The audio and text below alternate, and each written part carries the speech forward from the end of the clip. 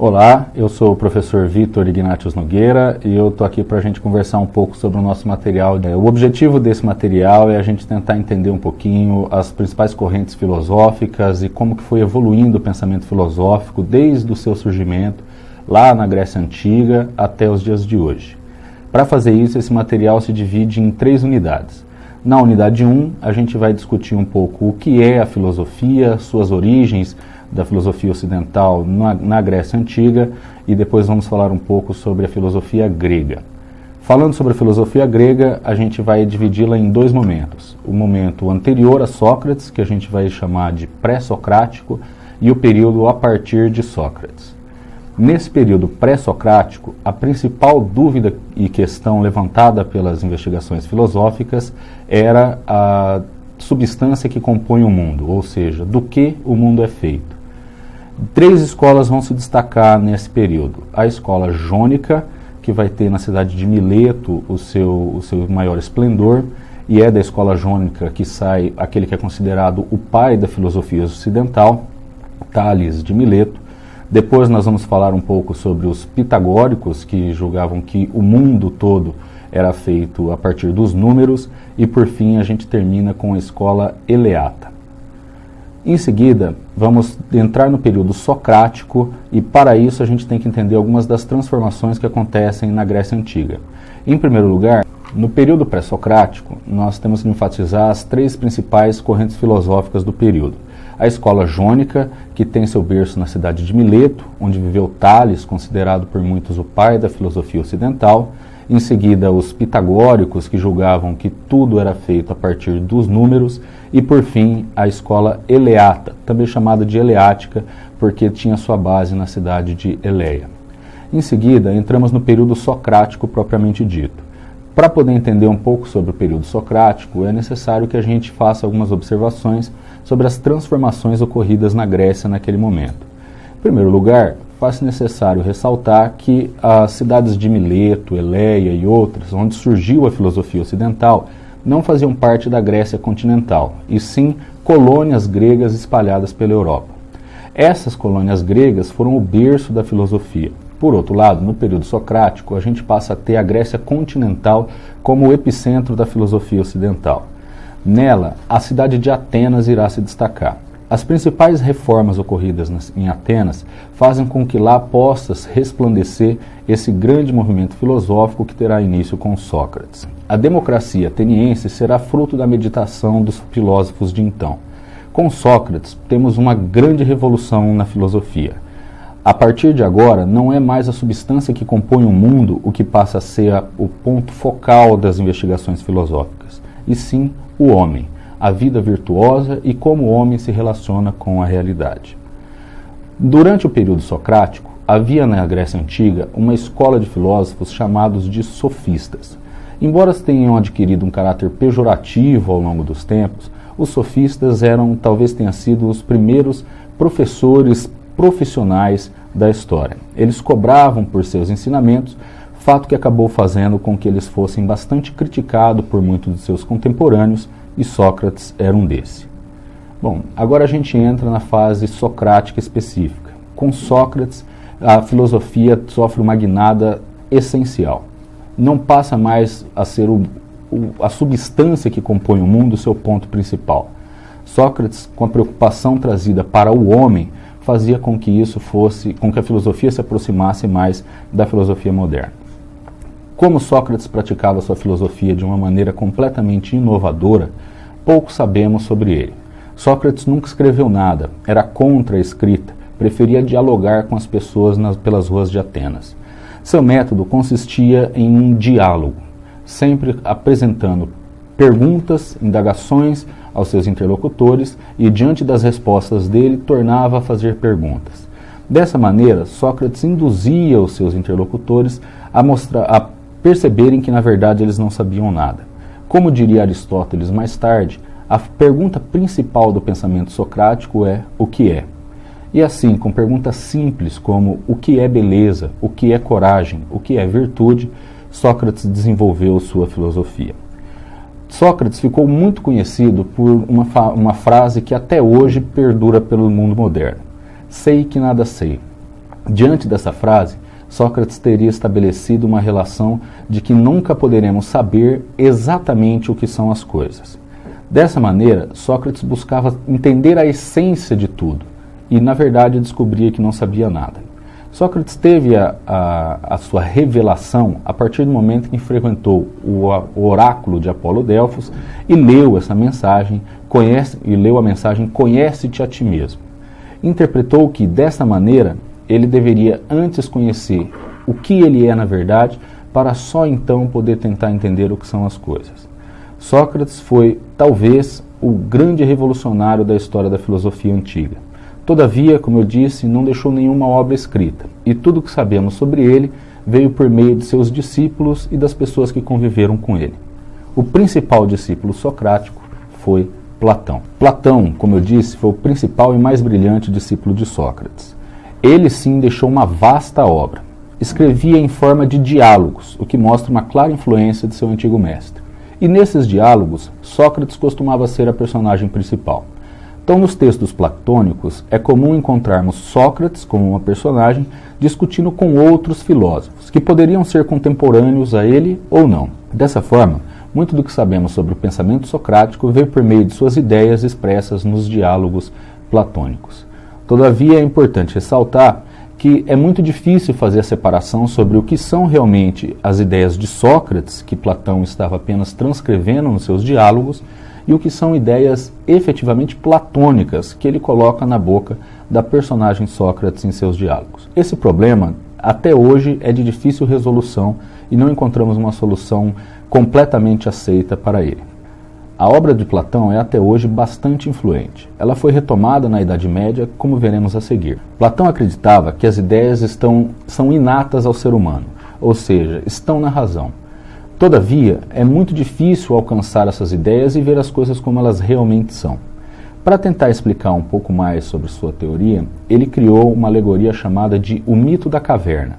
Nela, um grupo de pessoas está acorrentado dentro de uma caverna e nada podem ver do mundo lá fora. Eles ficam virados para a parede, observando apenas as sombras que são projetadas nessa parede por uma fogueira que está lá fora e que faz sombra com as pessoas que passam. Essas sombras que eles veem, eles acreditam ser o mundo real. Todavia, um desses homens consegue se soltar de suas correntes e sai e vê o que o mundo é realmente. De início, a luz do sol o cega. Depois, quando ele percebe a beleza do mundo real, ele tenta informar aos seus colegas que estavam lá dentro. Eles não acreditam, o chamam de louco. Com essa alegoria, Platão tenta mostrar que, primeiro, somente os filósofos conseguem entender as coisas como elas realmente são. Segundo, de início, essa verdadeira percepção pode ser dolorosa, pode trazer sofrimento. E terceiro, nem todos estão preparados para isso. Uma outra importante influência de Platão ficou por meio da sua escola de filosofia criada em Atenas, a Academia. Custeada pelo próprio Platão, ela tinha o intuito de propagar os ensinamentos filosóficos por toda a Grécia. Na Academia, estudou aquele que será chamado como o maior sábio da antiguidade, Aristóteles. Aristóteles, o mais brilhante aluno platônico, também fundará a sua própria escola de pensamento, da qual falaremos a seguir. Como eu disse anteriormente, Aristóteles é por muitos considerado o maior sábio da antiguidade. Isso não se deve apenas ao peso e à profundidade da sua filosofia. Aristóteles escreveu sobre diversas áreas, como biologia, história, arquitetura, botânica, ótica e etc. É o criador da lógica e muito do que viremos a chamar de metafísica devemos à criação de Aristóteles. Aristóteles também criou sua escola de pensamento. Ainda não se sabe exatamente o porquê dele ter saído da academia. Muitos apontam que, por ser o mais brilhante aluno daquela instituição, Aristóteles acreditava que deveria ser ele o sucessor de Platão na direção da escola. Todavia, ao morrer, Platão teria deixado seu sobrinho como diretor. Aristóteles, inconformado e desiludido, teria abandonado a academia e viajado pelo mundo. Foi preceptor, uma espécie de professor particular, de Alexandre o Grande. Ao retornar a Atenas, funda sua própria escola de pensamento, chamada de Liceu. O Liceu talvez seja o princípio do que hoje chamamos de universidades modernas.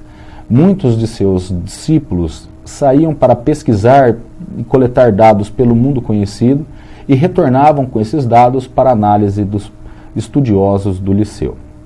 Com Aristóteles, chegamos ao fim da filosofia grega e passamos para uma próxima unidade, a unidade 2. A unidade 2 irá abranger o maior período histórico de que tratamos nesse material. Nesta unidade, abordaremos um período que se estende desde o século IV da nossa era até aproximadamente o século XIX. Passaremos pelos filósofos cristãos, pelo Renascimento e pelo Iluminismo. Com a filosofia cristã, havia uma grande mistura entre filosofia e teologia. O homem não é mais sozinho o centro das investigações, mas sim Deus e a relação do homem para com Deus. Como provar a existência de Deus era uma pergunta constante entre esses filósofos. Todavia, a simples pergunta de como provar a existência de Deus pode nos levar a entender que Deus tem uma possibilidade de não existir. Por isso, essas provas tinham que ser contundentes. O primeiro filósofo de que trataremos foi Agostinho de Hipona. Hipona, a cidade da qual foi bispo. Como foi canonizado depois, ficou mais conhecido e entrou para a história como Santo Agostinho. Santo Agostinho viveu no século V a.C. Presenciou um mundo bastante turbulento e conturbado. O fim do Império Romano era marcado pelas invasões bárbaras e iniciava uma nova era da humanidade que viria a ser chamada de Idade Média. Durante esse século de transformações, a Igreja Católica estava ascendendo e se consolidando na Europa. E a teoria elaborada por Santo Agostinho será a base dessa nova doutrina cristã que irá se formar na Europa. Agostinho foi responsável por uma grande retomada da obra de Platão. Tentou adaptar a obra e os textos platônicos à sua teologia cristã. Foi dele uma das doutrinas mais importantes do cristianismo e que até hoje é retomada, a doutrina do livre-arbítrio. Santo Agostinho tentava responder à pergunta: se Deus é onipotente, onipresente e onisciente, por que ele permite a maldade e o sofrimento no mundo? E a sua resposta foi a brilhante doutrina do livre-arbítrio. Segundo ele, Deus poderia fazer isso, mas ele dá ao homem o direito de escolha, dá ao homem o livre-arbítrio. Pela doutrina do livre-arbítrio, a maldade existe, sim, mas ela é atribuída ao homem e ao seu direito de fazer suas próprias escolhas. Essa ideia, até hoje, é bastante forte e influente na doutrina cristã. A doutrina cristã elaborada por Santo Agostinho foi tão forte e influente na Europa que, por mais de 1000 anos, a simples contestação de sua obra era passível de punição, que podia chegar até a morte. O primeiro a conseguir contestá-la veementemente foi Tomás de Aquino. Canonizado mais tarde, portanto também conhecido como São Tomás de Aquino, ele formulou o que hoje é a base da doutrina católica e cristã moderna. Ele retomou, ao contrário de Santo Agostinho, que havia retomado as obras de Platão, o pensamento aristotélico. E em São Tomás de Aquino já podemos perceber uma distinção entre a filosofia e a teologia. São Tomás de Aquino acreditava numa ideia de causalidade, de que tudo tem uma causa e um efeito, e que poderíamos retroceder nessa causalidade até chegar a uma causa primeira. Ou seja, necessariamente teria de haver algo que teria causado tudo. E essa causa primeira, segundo ele, seria Deus. Por essa tese da causa primeira, Tomás de Aquino tenta provar a existência de Deus. E isso acabou sendo bastante aceito até os dias de hoje, de que Deus seria a causa criadora de todas as outras causas. Depois dos filósofos cristãos São Tomás de Aquino e Santo Agostinho, nós entramos numa fase bastante fértil do pensamento ocidental que chamamos de Renascimento. Durante esse período, destacamos a filosofia política como uma de suas vertentes principais. Nicolau Maquiavel, com seu livro O Príncipe, ficou bastante conhecido pelos conselhos que dava aos governantes. Algumas de suas frases até hoje têm um caráter pejorativo, como os fins justificam os meios, ou ao governante é melhor ser temido do que ser amado. Depois dele, estudamos Francis Bacon, considerado por muitos o pai da ciência moderna. Ele é assim chamado porque desenvolveu um método científico baseado na experiência, na observação. Vemos em Francis Bacon uma ruptura. Com ele, a filosofia passa a ver também o conhecimento como sendo adquirido por meio das experiências sensíveis. Ou seja, não temos ideias inatas. Todo o conhecimento que temos adquirimos por meio da vivência. Ele foi chamado de pai do empirismo, que é essa corrente filosófica que acredita que as ideias advêm única e exclusivamente da experiência.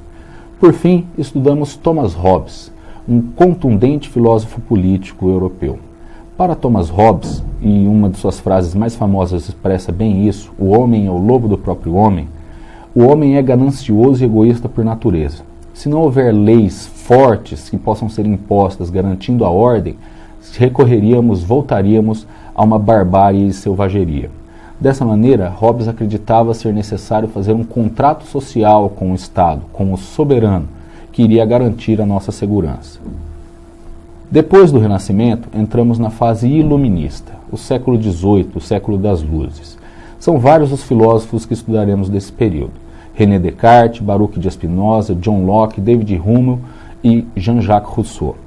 Não falaremos de todos aqui agora neste momento, mas vale lembrar que Descartes apresenta uma contraposição ao pensamento de Francis Bacon.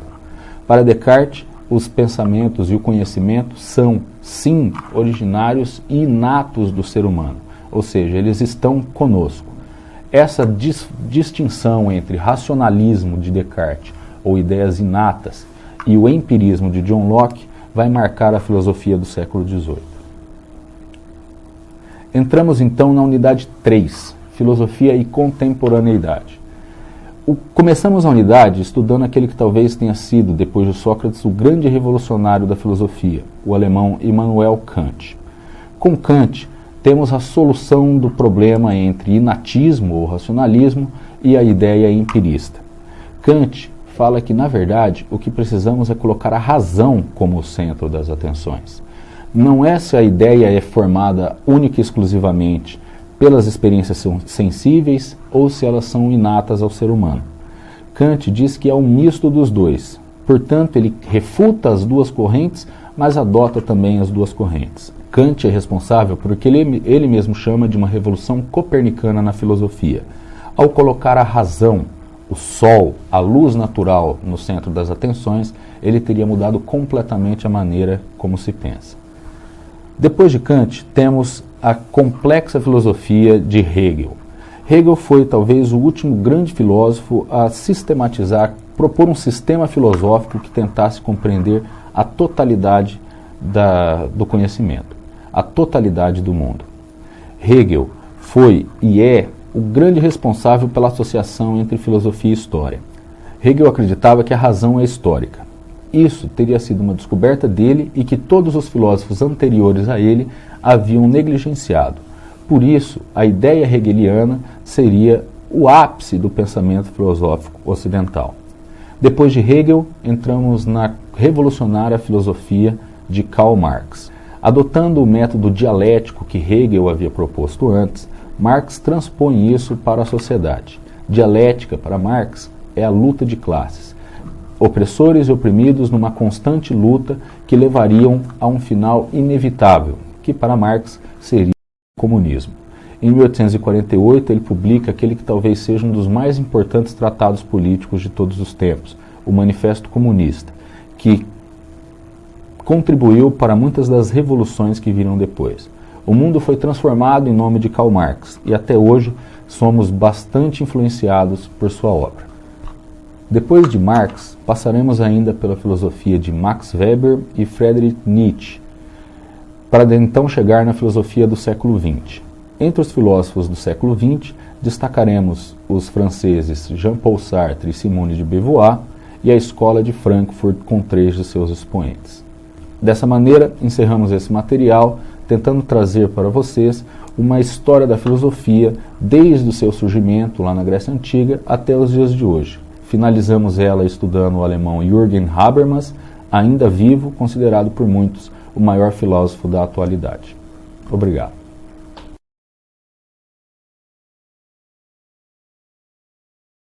Renascimento. Renascença significa surgir de novo.